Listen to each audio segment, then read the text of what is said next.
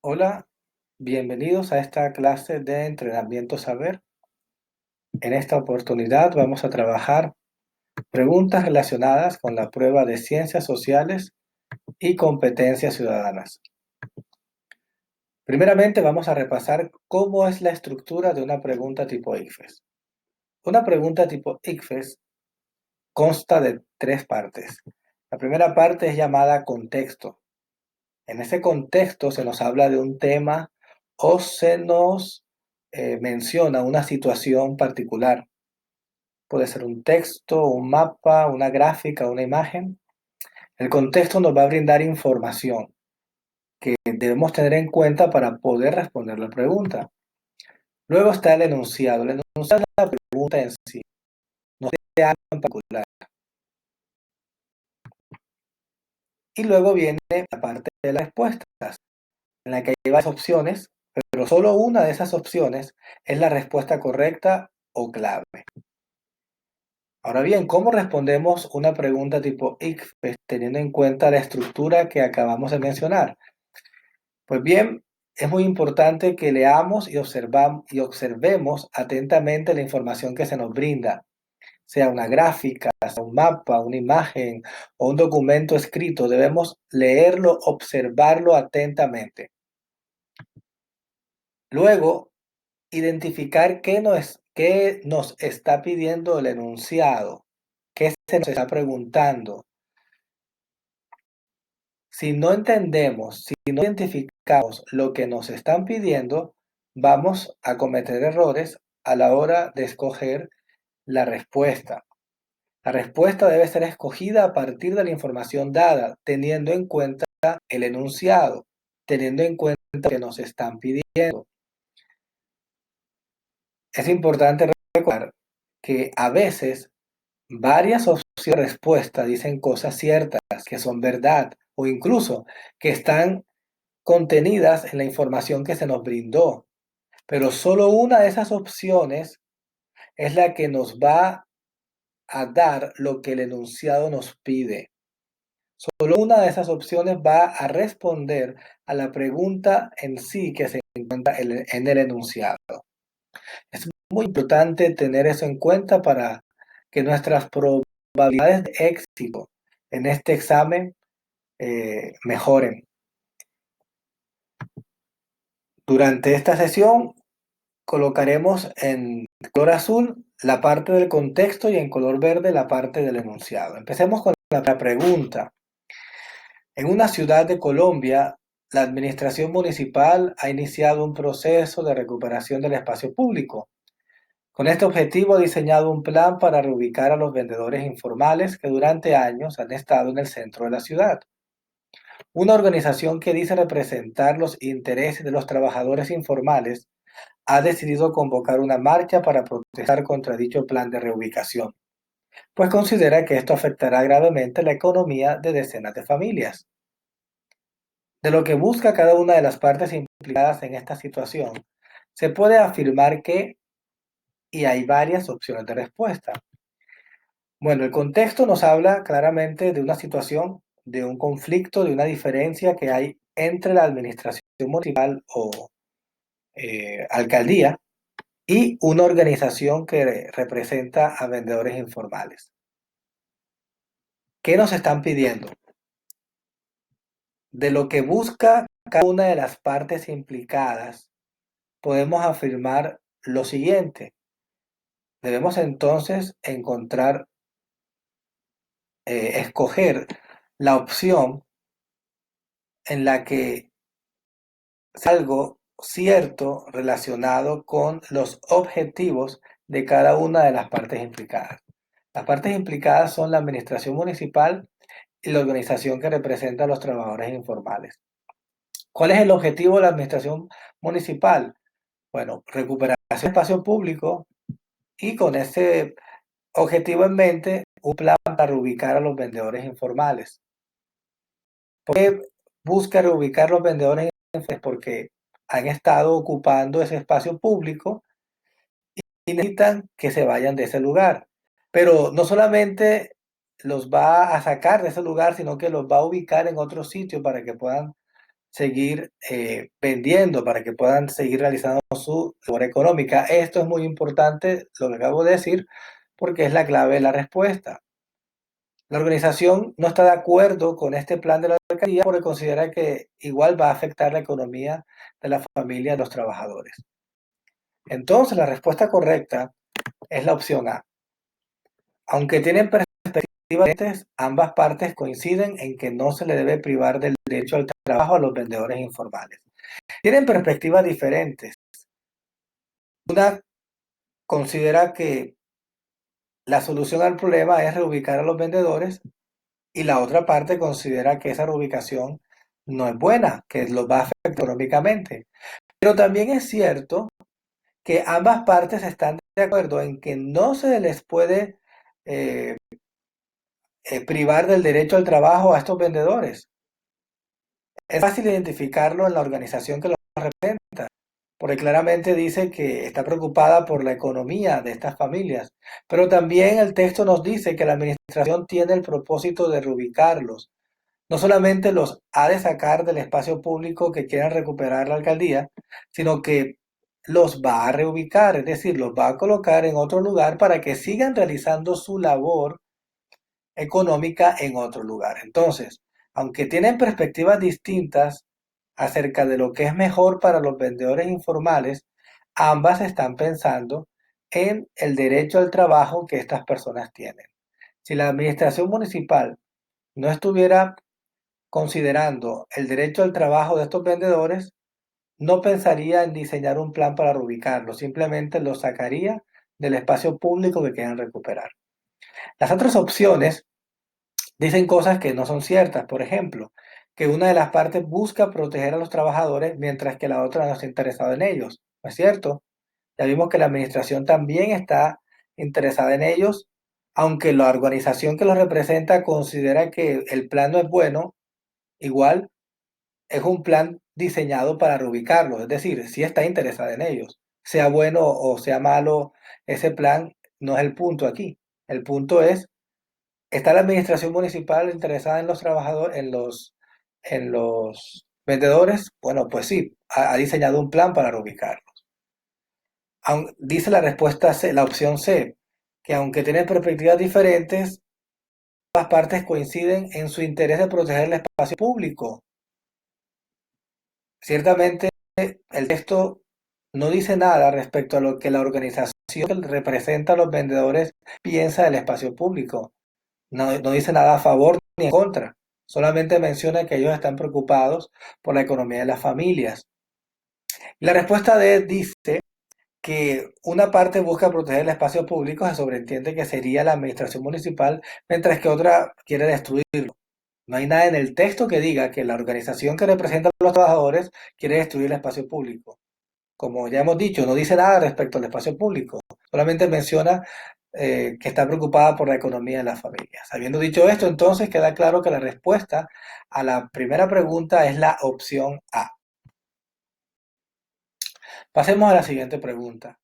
El estado de bienestar es una concepción político-económica que propone un modelo de Estado y de organización social según el cual el Estado interviene en la economía para proveer servicios y crear instrumentos fiscales de redistribución de riqueza, con el propósito de garantizar el cumplimiento de los llamados derechos sociales a la totalidad de la población de un país. Pregunta: ¿cuál de las siguientes situaciones está de acuerdo con lo anterior? Entonces, el contexto nos habla de un concepto muy importante en economía, el concepto de estado de bienestar. El estado de bienestar es una forma de organizar el Estado, de organizar políticamente un Estado, con el propósito de que éste garantice el cumplimiento de los derechos sociales a la totalidad de la población. ¿Cuáles son esos derechos sociales? El derecho al trabajo, el derecho a una vivienda digna, el derecho a la educación, el derecho a servicios de salud. Por eso se llama estado de bienestar, porque busca que toda la población pueda tener estos estándares mínimos de bienestar: educación, salud, oportunidades de empleo, vivienda, en fin. Ahora bien, ¿cómo lo logra?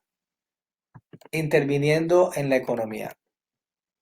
Este modelo económico es contrario al neoliberalismo, que considera que el Estado no debe intervenir en la economía. Estos dos conceptos económicos son muy importantes y hemos visto que con frecuencia en las pruebas ICFES hacen preguntas relacionadas con estos dos conceptos económicos. Estado de bienestar, del cual estamos hablando aquí, y neoliberalismo, que en esta pregunta no se menciona. Pero en resumen, el estado de bienestar considera que el Estado debe intervenir en la economía. El neoliberalismo dice que el Estado no debe intervenir en la economía y el neoliberalismo está a favor de la empresa privada. Lo estatal es distinto a lo privado. Lo privado le pertenece a un particular, es propiedad privada. Lo estatal no es propiedad privada, le pertenece al Estado y por tanto, de alguna manera, a la población. Entonces, en este concepto de estado de bienestar, el Estado interviene en la economía para proveer servicios y crear instrumentos fiscales de redistribución de riqueza. ¿Qué son instrumentos fiscales? Instrumentos fiscales hacen referencia a impuestos. ¿Impuestos para qué? Para redistribuir la riqueza. ¿Qué es redistribuir la riqueza? Según el estado de bienestar, se le deben colocar impuestos a los más ricos, impuestos a las empresas grandes y con esos impuestos eh, se, se subsidian ayudas económicas a los más pobres. Por eso se le llama redistribución de riqueza. La idea es que de lo que ganan los más ricos, el Estado toma una parte a través de los impuestos y la redistribuye a través de subsidios, a través de inversión en servicios públicos, a través de obras de seguridad social o de vivienda para los más necesitados. Eso es estado de bienestar. Entonces, ten en cuenta lo que acabamos de decir. ¿Qué nos preguntan? Nos están pidiendo que escojamos una opción que esté de acuerdo con lo que acabamos de mencionar. La respuesta a esta pregunta es la D. En el país D, el gobierno subsidia el servicio de salud en los estratos bajos. ¿Qué significa subsidia? Que paga una parte, por lo menos, o una gran parte, dependiendo de la política en particular, del servicio de salud de las personas pobres. Esto coincide con lo que acabamos de ver en el texto. El estado de bienestar interviene en la economía para proveer servicios. Y dice la opción D, coloca el ejemplo de un país en que el gobierno subsidia el servicio de salud los estratos bajos. Podemos ver que las otras opciones son contrarias al estado de bienestar. El gobierno permite la privatización de las empresas públicas. Esto corresponde al neoliberalismo, que es el estado de bienestar. Privatizar, volver algo que está público, venderlo para que lo compra. Eso es privatizar la empresa. El gobierno da subsidios a servicios públicos. Eso es contrario al estado de bienestar. Quita los subsidios de tal forma que toda persona tiene que, de su bolsillo, pagar los públicos. En el país se dice el gobierno un salario mínimo de dos trabajadores. En esta opción no vemos una relación directa con la información que nos ha dado el contexto. Por lo tanto, la respuesta más apropiada es la respuesta D, en la que claramente sea del Estado subsidiando el servicio de salud a los pobres. Pasemos a la tercera pregunta. El gobierno municipal decidió iniciar un plan para comprar los predios ubicados a lo largo de una importante vía de la ciudad, pues necesita ampliar el ancho de dicha vía, ya que por allí pasará la ruta principal del nuevo sistema de transporte público.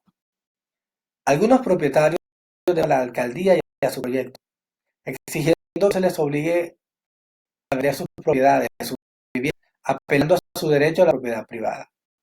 Sin embargo, un juez no les dio la razón a los ciudadanos que interpusieron la demanda, dándole vía libre al proyecto de transporte público al día. Según la Constitución Política de Colombia, en esta situación el juez, entonces tenemos 4 opciones que se resumen en 2. Si el juez actuó contra ley, que es lo que dice la opción B, o si el juez actuó conforme a la ley. El contexto nos habla de una situación en la que se está creando en una ciudad un sistema de transporte masivo y que la ruta principal de ese sistema de transporte era necesario comprar unas casas. Esto que está aquí se parece mucho a lo que sucedió aquí en Barranquilla con la creación del Transmetro. La vía principal pasa por la calle 45, la avenida Murillo, fue ampliar la calle y se compraron en algunos sectores casas que estaban en la Murillo.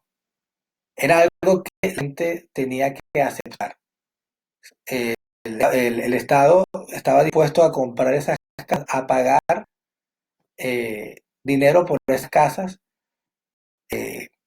quieran o no quieran los habitantes o los dueños, perdón, de las casas. Entonces surge la pregunta, pero si esas casas son propiedad privada, nadie puede obligarme a mí a vender lo que es mío. El Estado no puede obligarme a mí a vender lo que es mío.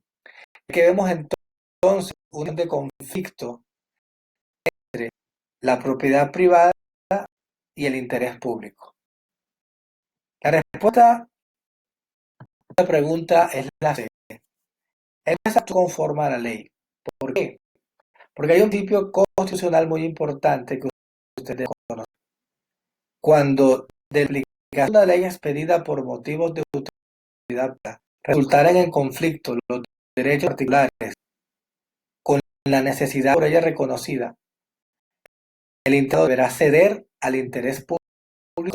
En otras palabras, cuando hay conflicto entre el interés privado y el interés público, debe dar primacía, debe mayor importancia, al interés público. Entonces, si para el beneficio público, en este caso de toda una ciudad, que se supone que ese transporte iba a beneficiar a toda la ciudad, era necesario eh, de una manera ceder en cuanto al interés privado, así debía ser. Entonces, esta es repetir esta idea.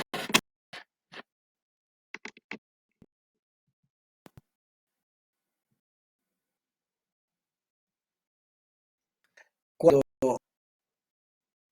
por motivos de público, del bien público, hay un conflicto entre los derechos de los particulares, es decir, los en este caso la privada, con la necesidad pública de la ley, el interés privado es ceder al interés público. Entonces, tener en cuenta ese principio constitucional, el juez conforme a la ley. Los ciudadanos del proyecto, lo que como tienen derecho, no se les puede obligar a vender sus viviendas. Sin embargo, teniendo en cuenta, vamos a mencionar, el juez actuó conforme a la ley. El juez no les da la razón a los que interpusieron la demanda y le da vía libre al proyecto de la alcaldía. ¿Por qué? Porque, repito, cuando hay una ley que es expedida con motivos de utilidad pública y si hay un conflicto entre los particulares y el bien común debe prevalecer sobre el interés privado. Ok, habiendo dicho eso, pasemos a la siguiente pregunta. Podemos definir una civilización como una sociedad que ha alcanzado un alto desarrollo económico, político y cultural. Las primeras civilizaciones se formaron en los valles fértiles de grandes ríos, los cuales favorecieron la producción agrícola, de tal manera que se generaron excedentes. Estos excedentes agrícolas fueron un factor fundamental que permitió el desarrollo de las ciencias y las artes, debido a que entonces, nos están hablando de las civilizaciones. Existen muchas culturas en el mundo, existen muchas culturas y muchos pueblos, pero no todos son naciones. Una civilización, como bien lo digo, con aquí la información que nos brindan, ha alcanzado un alto desarrollo económico, político y cultural. Por ejemplo, civilizaciones de Mesopotamia, como los babilonios, los asirios, la civilización de Egipto, la civilización de Grecia, Roma, aquí en América precolombina, aztecas, están los sociedades que alcanzan un alto desarrollo económico, político y cultural. Ahora bien, esas civilizaciones, hablando de las civilizaciones antiguas de Asia y de Europa, surgen en valles. Estos valles hicieron la producción agrícola de tal manera que se generan excedentes. ¿Qué son excedentes? Excedentes, referencia a la producción que va más allá de lo necesario a la subsistencia. Una sociedad, sobre todo en esta época, que son agrícolas, produce para las necesidades. Ahora bien, cuando lo producido suple sus necesidades, pero aún queda más, se llama excedente. Nos está pidiendo esta pregunta, el enunciado, que estos excedentes de los que fueron un factor que permitió el desarrollo de ciencias debido a que entonces nos están preguntando que los excedentes favorecen el desarrollo de las ciencias y las artes. El desarrollo de las ciencias y las artes es una de las características de una civilización. Hablamos de un desarrollo económico, político y cultural. Cultura tiene que ver con ciencias y artes. Entonces, ¿por qué los excedentes? ¿Por qué las sociedades que tuvieron abundante producción agrícola y generaron excedentes? ¿Por qué dichos excedentes favorecieron el desarrollo de las ciencias y las artes? ¿Qué tiene que ver eso con el desarrollo de las ciencias y las artes? La respuesta a esta pregunta es la B. Porque para alimentar a aquel sector de la población que no se dedicaba a trabajarlas. Es decir, en una sociedad sencilla en la que la producción agrícola apenas alcanza para suplir las necesidades, todo el mundo tiene que trabajar eso. Todo el mundo está en labores relacionadas con la producción de bienes que suplen las necesidades. No necesariamente todos tienen que ser agrícolas, algunos serán ganaderos, otros serán artesanos, que son los que fabrican las herramientas o los que hacen las vasijas, pero toda esa sociedad sencilla, no civilización, no sociedad, trabajan para producir los bienes que necesitan para suplir las necesidades de la población. Pero cuando una sociedad genera tantos bienes que puede suplir las necesidades de todos, ya es necesario que todos estén dedicados a ese trabajo y se libera un sector de la población que puede dedicar a desarrollar la cultura, la ciencia. Entonces, por eso es que en las grandes civilizaciones ven este gran desarrollo. Los excedentes fueron la causa indirecta del desarrollo de las ciencias y las artes. Pasemos a la siguiente pregunta. La respuesta entonces a la cuarta pregunta es la opción B. Siguiente pregunta. La construcción de un de una estación de gasolina en la vía que de conduce hacia la Calera, justo al frente de San Rafael, amenazaría seriamente a su reserva forestal y al propio embalse. Así lo advirtió el gerente del sistema Acueducto de Bogotá en una carta que le envió el alcalde de La Calera. En esta le manifiesta la preocupación del distrito por el hecho de que la sólida, conocida como el manantial, afecta a los más de 70 millones de metros de agua del embalse que garanticen el suministro por meses a Bogotá y a municipio. De hecho, en agosto de 2012, la Corporación Autónoma Regional de Cundinamarca emitió un concepto en el que advirtió que en el Leño, el predio que se levanta ahora, había un nacimiento hídrico. Con el acuerdo 11 de 2010 no podía hacer desarrollo. Por de los dueños del lote se hizo un nuevo estudio y se detectó que el supuesto yacimiento de agua ya no existe. Esto que acabamos de leer fue tomado del tiempo de Bogotá. Entonces, la pregunta es, en esta situación, ¿cuáles son los conflictos? De forma bastante clara, quieren construir en un terreno donde hay una reserva forestal y el alce. La construcción de esa pone en riesgo la integridad ambiental de esa reserva y pone en riesgo los recursos hídricos que ahí se encuentran. Nos preguntan qué dimensiones están en conflicto, significa aspectos de este problema. Aquí vemos un problema, un conflicto, un problema que tiene varios aspectos, varias facetas, varios elementos, y dos de esos elementos están en conflicto. Muy sencilla. Tenemos por un lado el deseo de construir una estación y obviamente es por fines económicos, y por otro lado la preocupación de preservar esta zona de reserva forestal y el envase. Entonces vemos que hay un conflicto entre un aspecto económico y un aspecto ambiental. Y la respuesta o la opción de respuesta que contiene estos dos elementos es la opción B. La opción A de la ambiental y la cultural, la que es cultural. Y si se mencionase, no está en conflicto. La cultural educativa, ningún elemento se menciona aquí, se puede inferir. La económica y la cultural. La respuesta entonces es la ambiental y la económica. Son dos aspectos, hay un aspecto económico y hay un aspecto ambiental.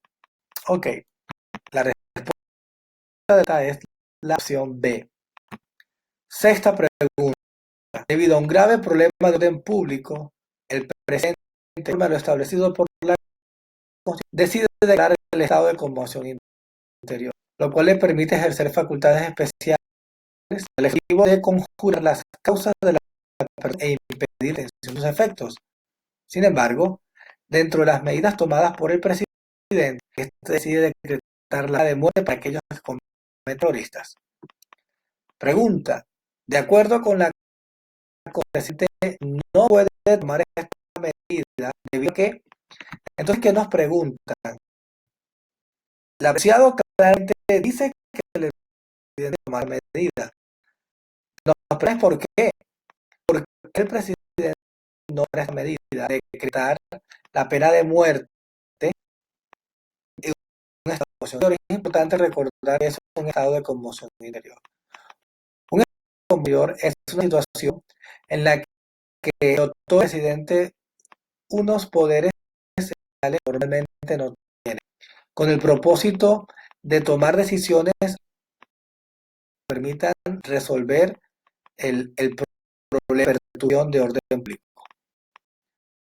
Recordemos que un presidente no tiene poderes absolutos, es la rama ejecutiva en un estado que tiene ramas que son independientes, la rama ejecutiva, la legislativa que hace las leyes y la que se encarga de velar por el bien de ley y de castigar a aquellos que no obedecen la ley. Y el presidente tiene que ser unos líderes. Sin embargo, la Constitución, cuando hay un estado de conmoción interior, es decir, la situación del país está en peligro, por ejemplo, una situación de desorden público que en riesgo la seguridad del país, se le puede permitir al presidente tener ciertas facultades, normalmente no tiene, para que pueda tomar decisiones rápidas que le permitan resolver la situación. Eso es lo que llama el interior. Ahora bien, en este ejemplo, nos muestra el texto, se habla de declarar la pena de muerte. La pena de muerte es, según la Constitución, está prohibida porque viola uno de los derechos fundamentales, que es la vida. Y en cuenta de eso, aunque al presidente se le otorgan facultades durante los estados de excepción y el estado de excepción, esas facultades no pueden violar los derechos fundamentales.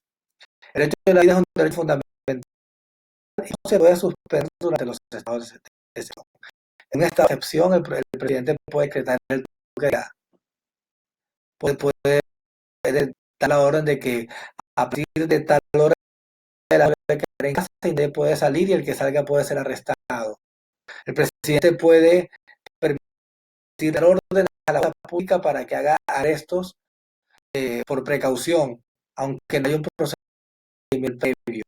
Esas son facultades especiales que el presidente en un estado de conmoción interior. Una de esas facultades puede los derechos fundamentales. Por eso, la opción B es la respuesta de esta pregunta. Pregunta número 7. Durante el gobierno militar del general Rojas Pinilla, los líderes de los partidos tradicionales acordaron un pacto político a través del cual se comprometieron a turnarse la presidencia durante 4 periodos y atribuirse equitativamente los ministerios y los cargos burocráticos en las tareas del poder público, ejecutivo y judicial. Uno de los objetivos a través del cual se buscó justificar dicho pacto político fue, bueno, tenemos entonces, habla del nos habla de un periodo de la historia de Colombia que se conoce como Frente Nacional. Un periodo de 6 años, entre 1958 y 1974, en que los dos partidos de Colombia, el Partido Liberal y el Partido Conservador, ganaron la presidencia. Y cada vez le tocaba el turno, sea el Partido Liberal o el Partido Conservador, la presidencia, la presidente se comprometía a repartir los cargos públicos entre liberales y conservadores por igual. La vez, uno de los objetivos principales de este pacto político del nacional. La respuesta es la de acabar con la partidista que había quejado el país durante más de un siglo. El Frente Nacional surgió como una solución a los conflictos violentos que tradicionalmente entre liberales y conservadores. Los liberales y conservadores, recuerden ustedes jóvenes, que hasta los dos partidos políticos tradicionales en Colombia eran los que la mayor parte de la población colombiana votó a ellos, los liberales y los conservadores, el Partido Liberal y el Partido. Entonces, el Frente Nacional era un impacto entre estos dos partidos para turnarse y evitar la violencia política. Entonces, ese fue el objetivo o uno de los objetivos del Frente Nacional. Las otras opciones, por ejemplo, la opción absurda de incentivar la polarización del país entre liberales y conservadores. Cuando hablamos de polarización, estamos hablando de que la sociedad queda dividida en dos bandos que se odian, que están peleando. Aquí lo que vemos es un pacto, un acuerdo entre los partidos. Entonces, no tiene sentido hablar de polarización, porque está hablando de un acuerdo entre los partidos tradicionales. no de una polarización, visión. Terminar con la hegemonía conservadora, la hegemonía conservadora terminó en 1930 y estamos hablando de 58. Además, recordemos, es un pacto entre leyes y conservadores. Reformar la constitución política de 1986 no fue el objetivo. Estamos hablando de por qué los partidos políticos ponerse de acuerdo y hace la presidencia. Ya nos dice que estos partidos se han enfrentado violentamente durante mucho tiempo y que el Frente Nacional fue un acuerdo entre estos para acabar con esa violencia. Entonces, a la pregunta 7 es la opción D. La siguiente pregunta. Los geólogos usan el término región para referirse a una porción del espacio geográfico que posee ciertas características particularmente homogéneas. Dichas características particulares pueden ser de diferente tipo. Físico, por ejemplo, topografía, biológico, por ejemplo, flora, o antrópico, por ejemplo, culturas, y producción económica, etc. La proporción del tamaño de la región puede variar dependiendo del punto de referencia del estudio, por ejemplo, continental. Teniendo en cuenta lo anterior, ¿cuáles son los aspectos que se deben tener en cuenta para delimitar una región? Bueno, esta pregunta es un punto de geografía y nos habla de un concepto importante en geografía, el concepto de región. ¿Qué están preguntando? Información del contexto es tener en cuenta para delimitar una región, límites. Si tenemos un mapa, queremos dividirlo en regiones. ¿Qué aspecto debemos tener en cuenta esos límites para dividirlo en regiones? Esa es la pregunta.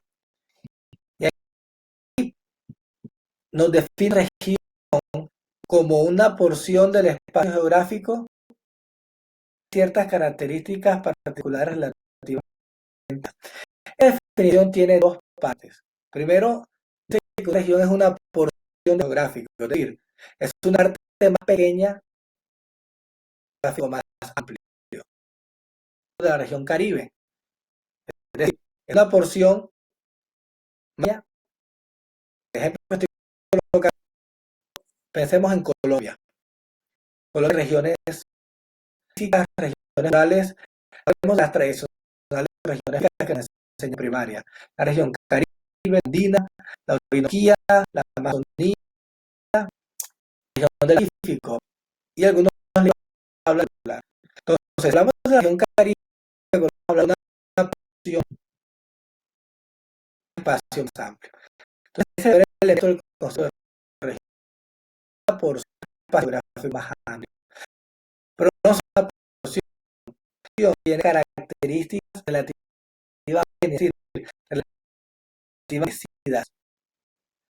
Entonces, a continuación, el texto nos explica un poco más de esto y un poco más de esto. Por ejemplo, del espacio geográfico nos dice que la proporción del tamaño puede variar dependiendo de referencia.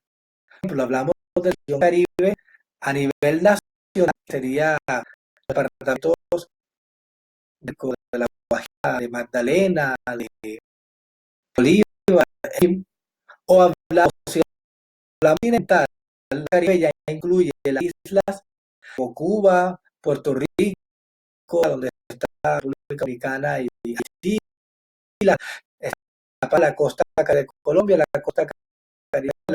Entonces, también vamos con la región andina.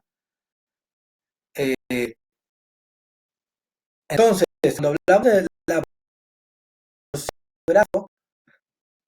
hablamos de que la porción de tamaño depende de punto de referencia. Entonces, la región andina a Sudamérica, entonces Colombia, Ecuador, Perú, Chile. Si hablamos de Colombia, entonces estamos hablando de una proporción más pequeña, de un punto de referencia más pequeño. Entonces, ¿qué ver con esta primera parte de la definición de región? Lo que está rojo explica aquí cuáles son las características homogéneas. Esas características pueden ser físico, biológico, todo tiene que ver con el ser humano. Entonces, por ejemplo, vamos a delimitar a nivel continental, a nivel mundial, a nivel nacional, digamos, en el caso de Colombia. Entonces ya estamos en este primer elemento, la proporción de tamaño a nivel nacional. Ahora, ¿cómo vamos a dividir las regiones? Ahí podemos hacer porciones biológicas, físicas, geográficas. No, ya no cinco regiones en Colombia, desde un punto de vista físico, características físicas del territorio, pero económicamente hay una región carretera, hay una región bananera, una región culturalmente hay muchas más regiones, por ejemplo, en el Caribe está la región La Guajira, la región de, de Córdoba y Sucre, la región del departamento del Atlántico, que es aunque es parte de la región Caribe, tiene características particulares. No podría ser esa región andina. Hay santandereanos, hay cundiboyacenses, hay pastusos. Entonces, una región, podemos dividir a Colombia en regiones dependiendo si tenemos la característica física o drogas. Entonces, la respuesta a la pregunta, los aspectos o los aspectos que debemos tener para delimitar una región, la clave de esta pregunta es en función del tamaño, las características particulares. El que nos brinda esas opciones es la A, que nos habla de decir la proporción del tamaño dependiendo del punto de referencia nacional continental mundial, y el otro es la homogeneización, es decir, el punto de criterio que nos caracteriza o convertir otras parecidas. Entonces la A. Esta pregunta, por ejemplo, un tractor era la respuesta número C. La pregunta entonces habla de fallos físicos y antrópicos, pero en el contexto, en analizar bien la información de determinantes que dividen estas pequeñas. El primero es la escala o por el espacio geográfico, que tiene que ver con el tamaño de la región, tiene unos elementos nacionales, etcétera, y otros elementos, las características o criterios de monetización, pues físico, biológico, antropológico. Era pues la opción A. Vamos a la siguiente pregunta. A ver si ya los estudiantes de décimo grado leyeron en el periódico que la Procuraduría General de la Nación realizar un consejo del municipio en el que vive estuvo ubicado en caso de corrupción y por tal motivo fue destituido de cargo en 25 años. Luego de leer la noticia y discusión con Andrés, que la Procuraduría debió enviar a la cárcel al concejal, mientras que la Procuraduría no puede enviar a alguien a la cárcel porque eso no es su función. Pregunta, Andrés, ¿tiene razones? Ok, en esta pregunta, el docente simplemente nos está pidiendo tiempo. ¿Y por qué? Ahora, Andrés, la respuesta tiene que ver con el Procuraduría General. ¿Qué jurisdicción. En Colombia, la Procuraduría General de Control se encarga de vigilar el comportamiento de los funcionarios públicos, comportamiento disciplinario. Y si hay alguna falla disciplinaria en algún funcionario público, puede ser puede ser eh, un profesor del Estado, un congresista, un funcionario. Si la Procuraduría investiga y un funcionario público está cometiendo falta, tiene capacidad de darlo, pero disciplinariamente. La Procuraduría no tiene facultad de condenar o de castigar con cárcel a un, porque la Procuraduría no es parte de la sociedad. Quien da la cárcel de colocar penas es trabajo de sus jueces. Entonces, quien tiene razón, Andrés, la Procuraduría lo sanciona disciplinariamente. Quiero colocar un ejemplo para que tenga diferencia entre falta o una disciplina y una sanción penal. Tiene que ver con eh, mandar a la cárcel. Una disciplina tiene que ver con destitución. Voy a colocar un ejemplo. Eh, si en el colegio yo me presento a clases ebrio, con delito, no, pero sí estoy con el reglamento, y yo como maestro o docente presente a mi lugar de trabajo y la potestad disciplinariamente puede ser no, o incluso expulsándome del colegio, pero no tiene de hacer algo más que algo disciplinario. Ahora bien, no fue el caso de Tarek, creo que me robé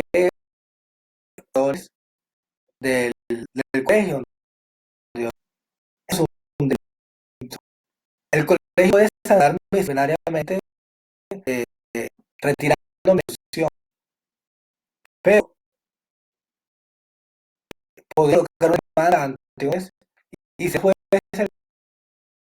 aplicarme algo penal. Entonces coloco este ejemplo para que digan que disciplinarias y hay delitos, eh, y cuando hay delitos, hay sanciones disciplinarias y o sanciones penales.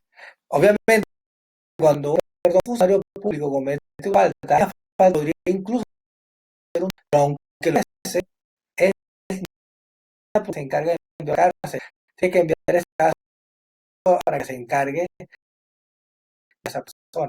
Lo que puede hacer la Procuraduría es destituirlo, militarlo, tomar decisiones inhabilitar significa que esa persona no puede seguir ejerciendo ese cargo. Aquí en el ejemplo que acabo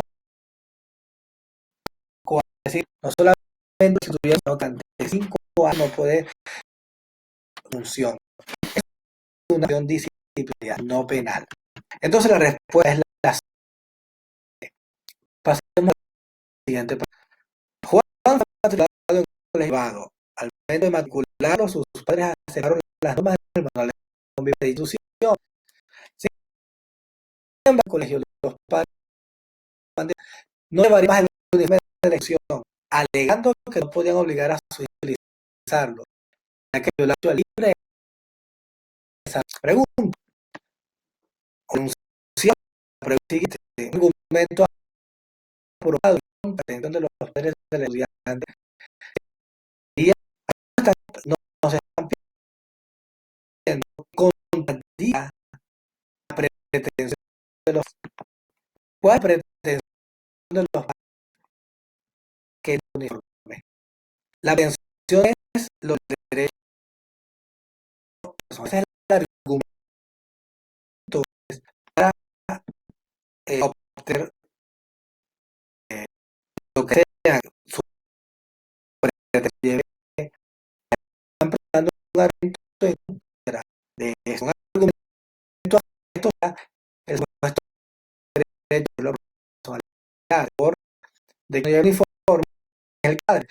Pero están dando un argumento en contra de la que sea apropiada, que pueda dar en contra de la acción correcta. La A. La educación como derecho fundamental conlleva de estudiante. Uno de los cuales es el cumplir el reglamento más importante establecida educativo que vinculado. Es educativo, estudiante aprende a cumplir normas, a cumplir reglamentos, hace parte como estudiante, por lo tanto está obligado a cumplir las normas como cualquier otro estudiante en una institución. Entonces, esto se ha aprobado en contra de la vez. Veamos nosotros para que analicemos. No son las respuestas, tener un poco más que se cobra. Por ejemplo, los padres de familia, un estudiante se siente respetar la norma. El colegio tiene que exigir todo lo que el manual dice, aún si no tiene normas contrarias a la de la institución. Con el de los padres, pero es apropiado. Un manual tiene cosas contrarias a lo que dice la Constitución. Es cierto, vincularon al niño del colegio que comprometieron respetar las normas, tienen que cumplirlas. Pero es cierto que tienen que cumplirlas a las normas. El ejemplo es un ejemplo de un argumento contra que él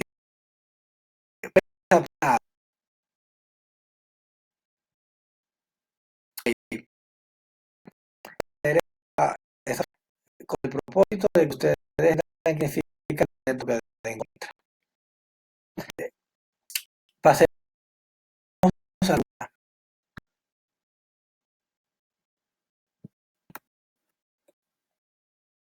universitaria, afirma que mujeres más gente que los por tanto, cualquier estudiante que opine sobre alguna relación no tiene en cuenta la opinión de las mujeres. La Constitución es así.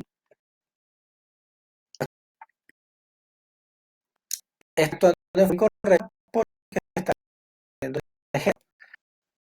¿Crees? Les pregunto y no hay mucha tiempo. Ustedes trabajan en una pregunta y en un terciado y ok,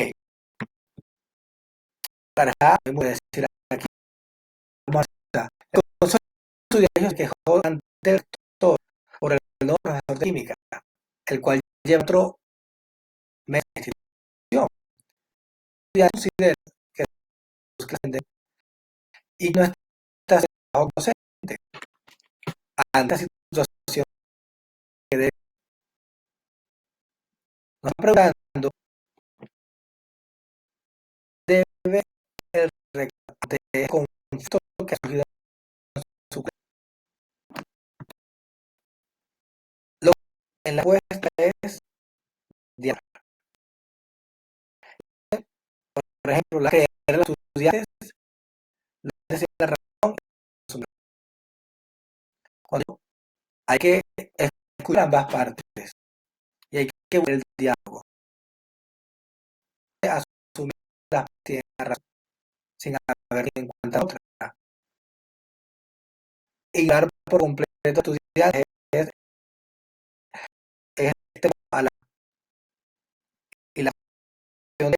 inmediatamente, profesor. La única opción, veamos la con el profesor Sasuno, es antes, en esta ocasión, unos estudiantes están quedando química, pero el rector de los estudiantes, a ver qué piensan otros. Tuvieron una evaluación es el de algunos mecanismos para saber cómo está portando el docente y si en verdad esto que dicen los o no es cierto. Entonces, pues, es la opción. Hacemos la siguiente pregunta. 19, un plan nacional latinoamericano Gaudillo era teniente o comerciante debido a poder crear relaciones de tipo clima, población, la comercio y influencia. El ministro de esto tendrá asesor sobre cuál impulsar su hicieron localismo, confían en el poder y llegan al gobierno a través de mecanismos. Una consecuencia de este fenómeno. Aquí nos atienden las consecuencias del fenómeno latinoamericano conocido como el caudillismo es un fenómeno político muy bien explicado en este contexto. Una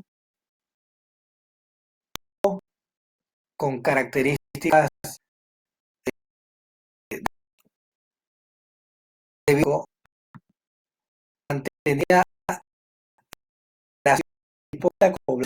¿Qué significa decir que la población del área en el que es caudillo su influencia económica lo miraba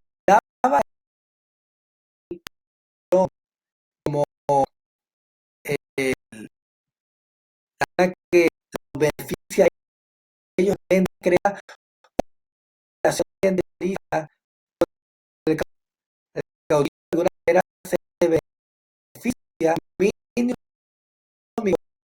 y los habitantes algún tipo de por ejemplo Ranier podrían ser campesinos cuya subsistencia debe dar la lástima de ese Ranier o si es una ciudad los poderes de región en gran medida de los grandes tecnologías. Hay una relación económica ahí que genera una relación de la población de caudillo como bueno, que le vaya bien porque le va bien, nos va a beneficiar a nosotros. Este caudillo de esa inteligencia es más difícil de todo capaz social, impulso, pero por proyecto político no necesariamente mecanismos para poder ser como ejército y tomar establecer una dictadura. Esta figura de caudillo a lo largo de la historia de los países es muy histórica.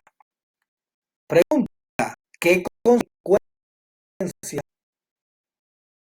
de fenómeno a Latinoamérica? La clave está para que está desarrollada. Llegan a ser mecanismos de forma. Recordemos que se independizan los países latinoamericanos de, ellos establecen democracia y constituciones y leyes. Hay personajes como estos que tienen ejemplos, respalda y tienen la capacidad de no haber vías legales, democráticas, super económico o militar. Entonces, la respuesta a las consecuencias de la ineficiencia de las naciones americanas. Por eso, bueno, en Latinoamérica hay muchas guerras civiles, y hay constituciones, ejemplos en el caso del país, la constitución de Mora,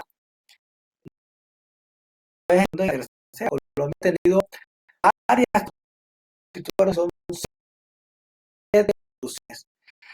Eso refleja que no ha habido la política en Colombia.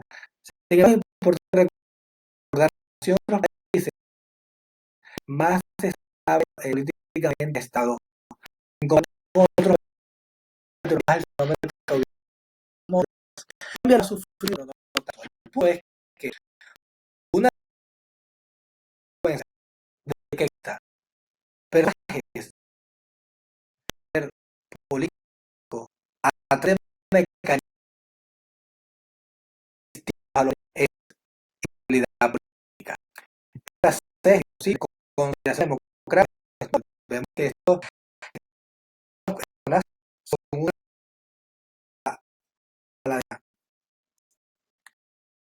talento del lado en el que puede llegar al poder una vez como militar, un estado fuerte cuando no debe no es vulnerable a esta respuesta de toda la política. Aquí habla del debilitamiento de la economía debido a que líderes no tenemos son personas que poder económico, tanto personas eh, no sea que sea no podemos decir que eso llega al en un liderazgo de deficiencia en las finanzas de la de hacemos a la 14. Nuevamente vamos a este bienestar. Un tema que vimos que fue una dos, si mal no recuerdo. Ahora está con lo de financiación demasiada administración en el que se logra compensar las deficiencias e injusticias de contribuyentes y prestaciones sociales otorgadas a los menos favorecidos. Una vez en cuenta la estaría, entonces hasta preguntando una entra que nos diga que todo está bueno, de entonces de que todo está, eso lo nos están pidiendo. Esta español interesante habla de el que procura compensar deficiencias de mecanismo. El tema económico capitalista. Los estados de esto consideran porque no logra que todas las personas se vean económicamente, que no ven a los ojos y se error que su capitalismo lleva en el que solamente los generados y los trabajadores no de esas deficiencias e injusticias restituyen este mismo de este y prestos sociales, los de servicios al menos favorecidos. Propidiendo un argumento en contra. ¿Cuál de estas opciones es un argumento en contra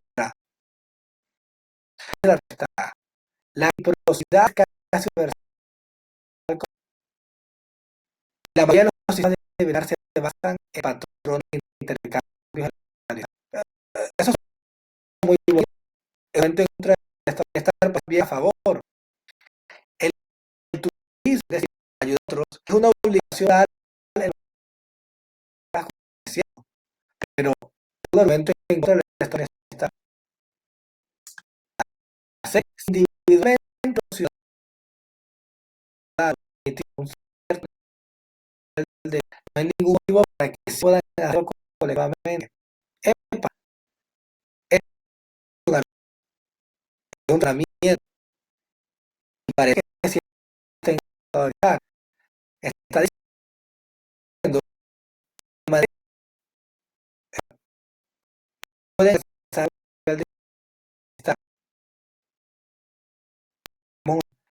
si por sí mismos no los ciudadanos pueden percibir,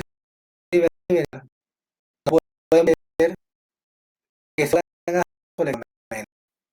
Si las personas de alcanzar por de lograr hacer colectivo es la cuestión del Estado. Entonces, la propuesta, veamos la opción de los programas sociales promover objetivos como reducción familiar del trabajo. Bueno, esto no es ni siquiera un mercado y no parece correr con todo eso. Pues, entonces a la siguiente pregunta. Pregunta número 15. Esta pregunta es un poco que dice un poquito una fotografía que vamos a ver protista parece un hotel. Debido a la fama personal, quería decir pulgar el conocimiento por la foto diario del cual trabaja. Escándalo original la plaza hasta la de la periodista. Diario de la publicación toda argumentando que en el país siempre hay información. Un argumento a favor del portista sería, no está preguntando simplemente un argumento a favor del portista, está demandando al periodista por haber hecho eso. El argumento de la libertad de esa información. Divulgar imágenes de la vida constituye una frente a la reputación de protagonistas con un argumento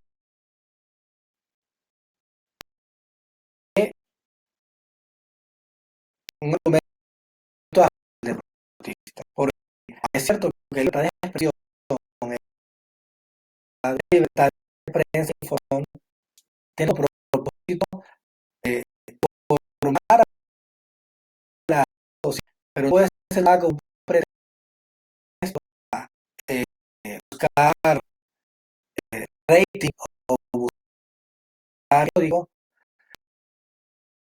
eh, frente a la relación, ¿verdad? Entonces, está de prensa, pero un principio de libertad es de, los derechos llegan en el límite de derecho a la persona, es decir, libertad de prensa, el derecho, en este caso, el derecho a su reputación, a su vida privada. Creo que dice este no es necesario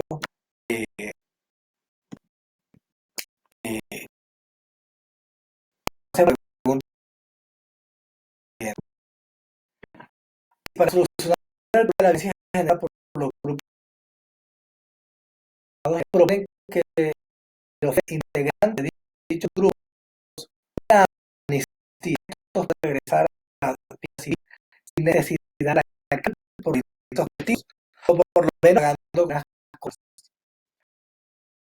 Esa iniciativa todos los integrantes de grupos legales de armas están en contra de la iniciativa, argumentan que los grupos armados legales han cometido delitos y que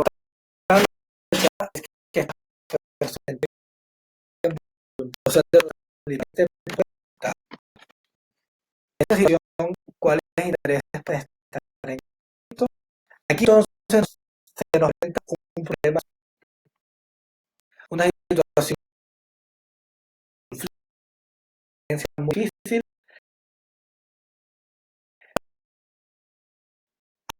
en conflicto. ¿Cuál es eso? El problema llámese guerrilla, llámese paramilitar o paramilitares. Entonces, eh, algunos tienen una amnistía, es decir, un perdón por parte del gobierno, regresen a la civil y pero a la cárcel.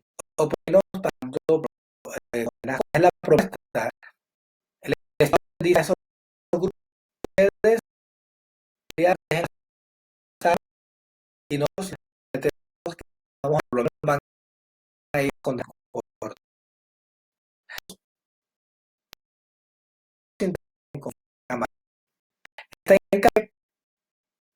Dice que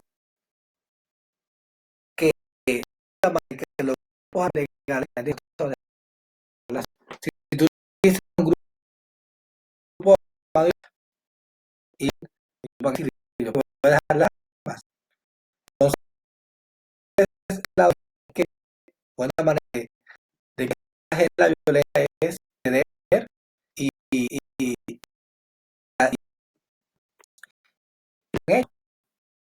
por otro lado están los amarillos que cometían crímenes no se pueden pasar alto. Los carros están más interesados en la paz,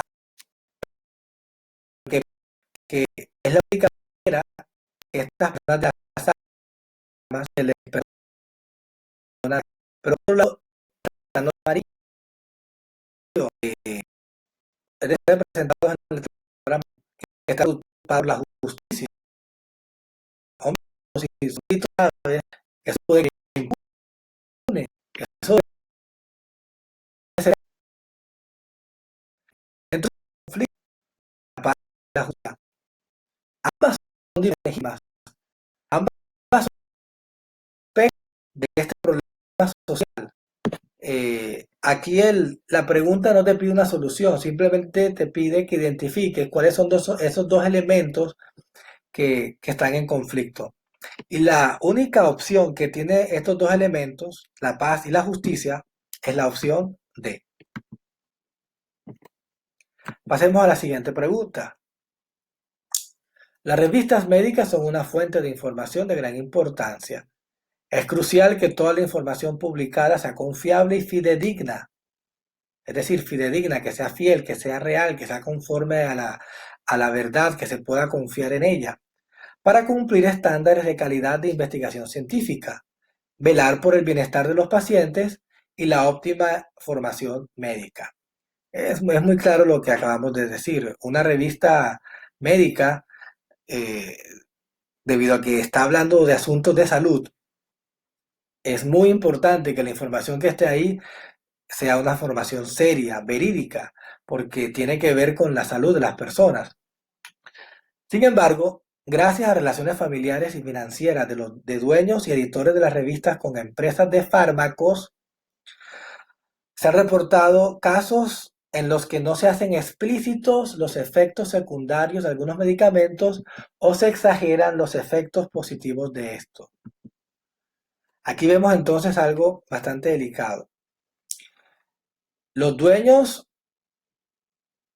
de estas revistas médicas tienen relaciones familiares o económicas con los dueños de farmacéuticas.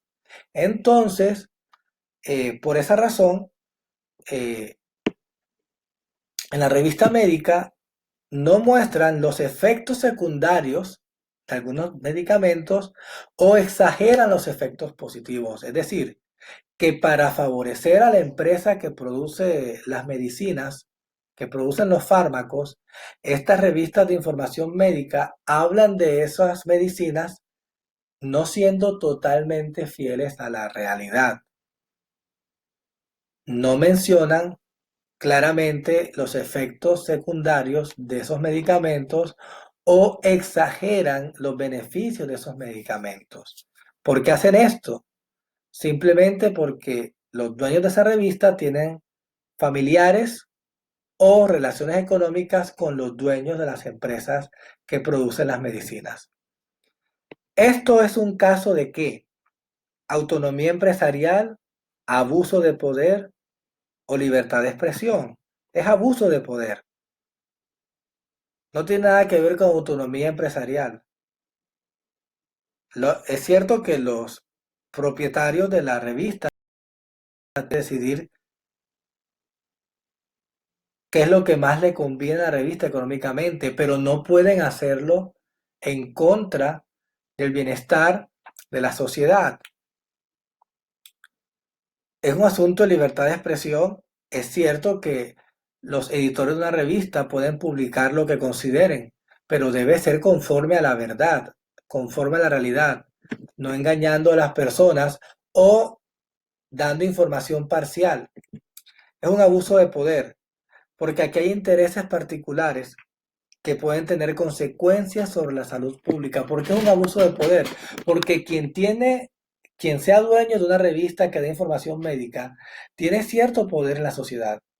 Tiene la capacidad de ejercer una influencia importante en la sociedad, porque son esas revistas las que sugieren qué tratamiento es el más apropiado para una enfermedad, cuál es la medicina más útil para determinada propiedad, porque son los especialistas de esas publicaciones. Entonces tienen un poder de información sobre la sociedad y se aprovechan de ese poder para beneficiarse o beneficiar a sus amigos de las farmacéuticas, poniendo en riesgo la salud pública de los pacientes. Entonces, abuso de poder, pues hay intereses particulares, que en este caso son las relaciones familiares o financieras con los dueños de las farmacéuticas, que pueden tener consecuencias sobre la salud de la pública de los pacientes. La respuesta entonces es la B.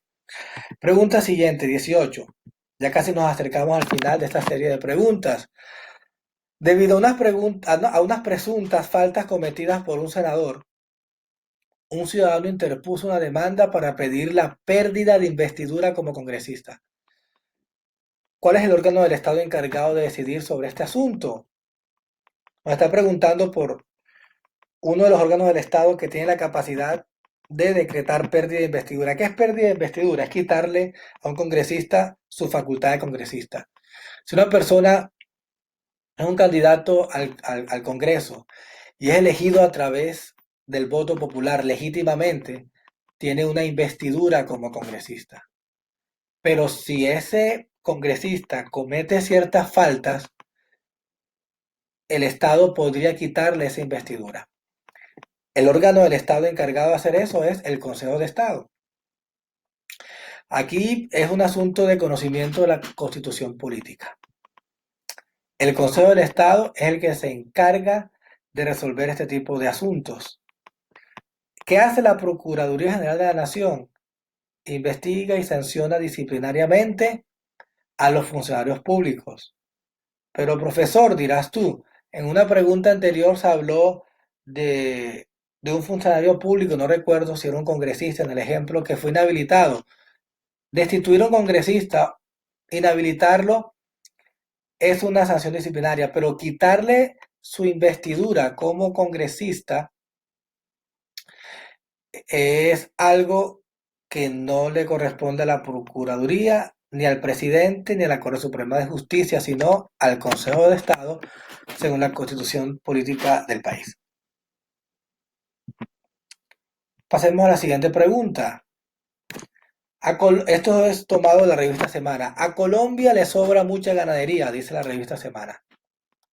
De 39,2 millones de hectáreas que hoy se usan en esa actividad, es decir, en la ganadería, solo 21 millones son aptas para ella.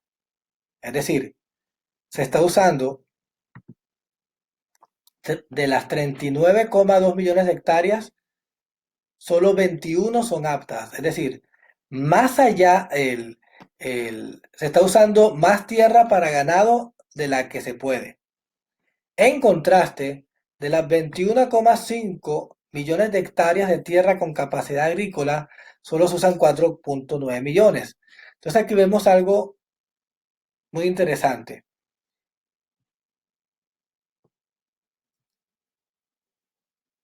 Se está usando más hectáreas para ganadería de la que, de, de la que es posible. Y eh, del número de hectáreas que tienen capacidad agrícola, solo se usa una pequeña parte. De las 21,5 millones de hectáreas de tierra en Colombia en las que se puede cultivar, solo se está usando 4,9 millones. Es decir, mucho menos de aquello que se puede usar. La pregunta es, ¿qué podemos concluir? La respuesta es, la utilización de los suelos en Colombia no coincide con la aptitud de los mismos. Aptitud que tiene que ver con ser apto. Es decir, en Colombia los suelos, perdón, algunos son aptos para la ganadería, otros son aptos para la agricultura, pero la utilización de esos suelos no coincide con la aptitud de los suelos, que es lo que acabamos de ver aquí en estas cifras. 39,2 millones de hectáreas se usan para ganadería cuando solamente se pueden usar 21, debido a que son tierras aptas para la ganadería solo 21 millones, pero se usan más que eso. Y solo se usa 4,9 millones de hectáreas para agricultura cuando se podrían usar 21,5 millones. Entonces, la utilización de los suelos en Colombia no coinciden, esta es la utilización, no coinciden con la aptitud de los mismos. Y aquí tenemos el otro ejemplo.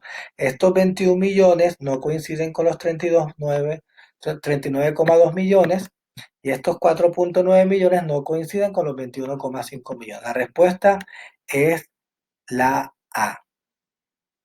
La respuesta C es todo lo contrario. El uso del suelo está determinado por su vocación. No, al contrario, no está determinado por su vocación, porque lo que es apto para la ganadería no se está usando para ganadería y lo que es apto para agricultura no se está usando para agricultura. En Colombia no hay suficientes tierras para las actividades agropecuarias. No se está diciendo eso. Yo creo que hay bastantes tierras. Lo que pasa es que no se está usando en la proporción adecuada a su uso, según lo que dice este texto. Pasamos a la última pregunta. El presidente ha presentado un proyecto de reforma a la Constitución. La iniciativa busca acabar con todas las con todas las reelecciones existentes en el Estado colombiano, como la de presidente, procurador, miembro del Consejo Nacional Electoral y defensor del pueblo. El órgano del Estado encargado de aprobar dicha reforma es, esto es muy sencillo,